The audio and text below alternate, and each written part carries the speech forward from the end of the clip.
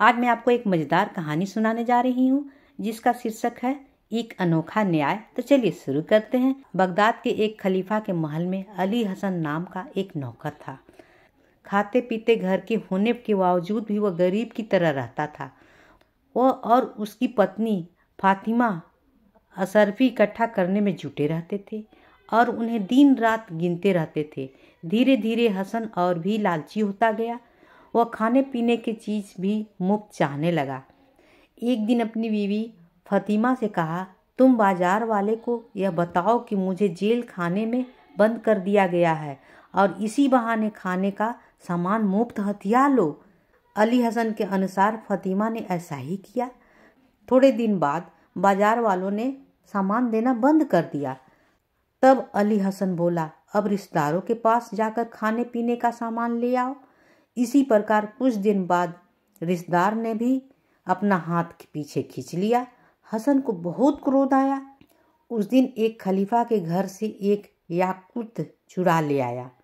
अब उसे चोरी की भी लत लग गई थी। वह रोज एक जवाहरात चुरा ले आता और अपने घर में इकट्ठा करने लगा। जब उसके पास बहुत सारे जवाहरात इकट्ठे हो गए तब वह अपनी बीवी से बोला, इन जवाहरातों को बेचकर हमें असरफियाँ इकट्ठी कर लेनी चाहिए और फिर बगदाद छोड़कर किसी और शहर में बस जानी चाहिए।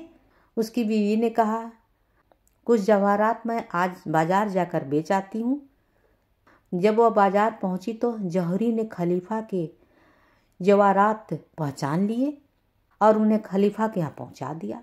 अली हसन और उसकी बीवी को गिरफ्तार करके खलीफा के सामने लाया गया।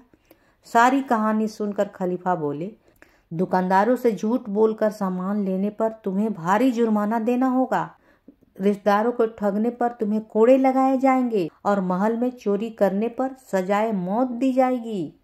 यह सुनकर वह दोनों रोने और गिड़गिड़ाने लगे।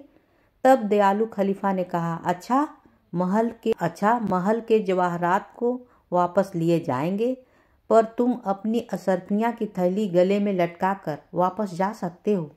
उसी दिन खलीफा ने पूरे बगदाद में मुनादी कर दी कि जो कोई भी हसन को असरफियाँ के एवरेज में कुछ भी सामान उसे देगा उसे फांसी दी जाएगी।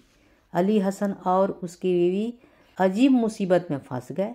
उन्होंने खलीफा से माफ़ी मांगी तो खलीफा ने हुक्म दिया, इसकी एक थैली उस दुकानदार को दे दो जिसने इसको उधार दिया, दूसरी थैली रिश्तेदारों को दे दो जिन्होंने इसको धन दिया, और अब इसे फिर से महल में नौकरी दे दो। फिर खलीफा अली हसन से बोला, याद रखो, जमा किया हुआ सोना मौत का कारण बनता है, इसलिए समझदारी से काम लो।